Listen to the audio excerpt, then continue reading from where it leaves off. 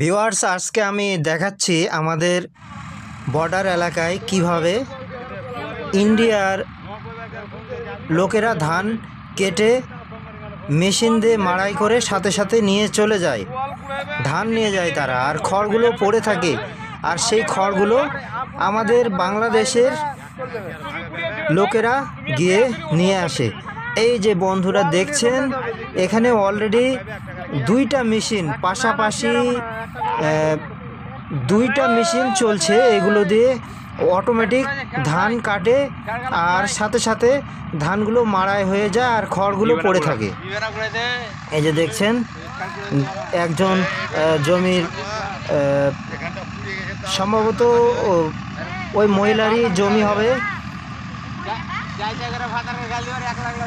এই যে মেশিন চলছে, এই যে ধান কাটা আর মাড়াই করা একসাথে।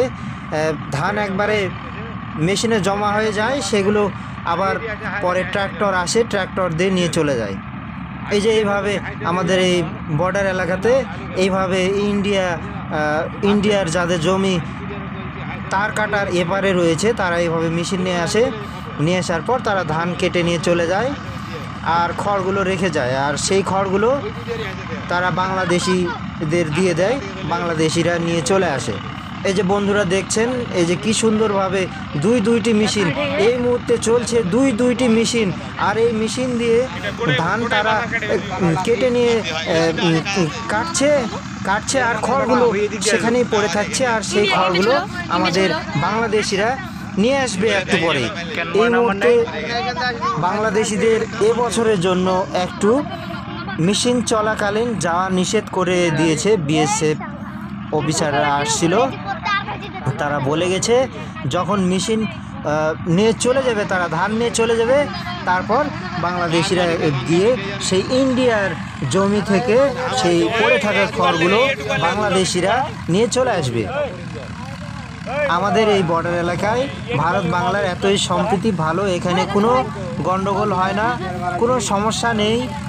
আমাদের দেশের লোকেরা প্রতিদিন এই ইন্ডিয়ার বর্ডারে ঘাস কাটতে যায়, সেখানে একেবারে বর্ডারের ধার পর্যন্ত এই যে তার কাটা রয়েছে, তার কাটার অবধি চলে যায়।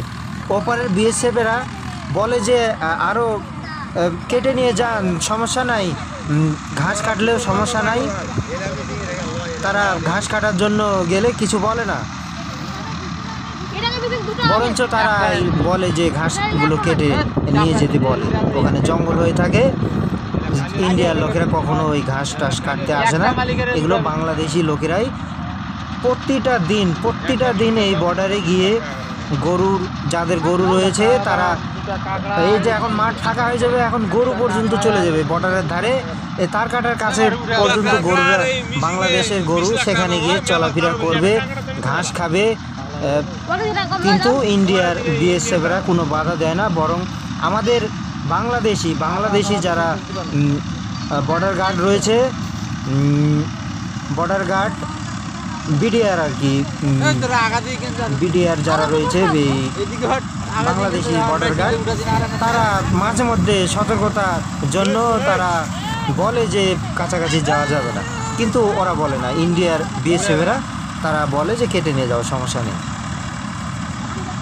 তো এইভাবে আমাদের ভারত বাংলার মধ্যে সম্প্রীতি বজায় রয়েছে।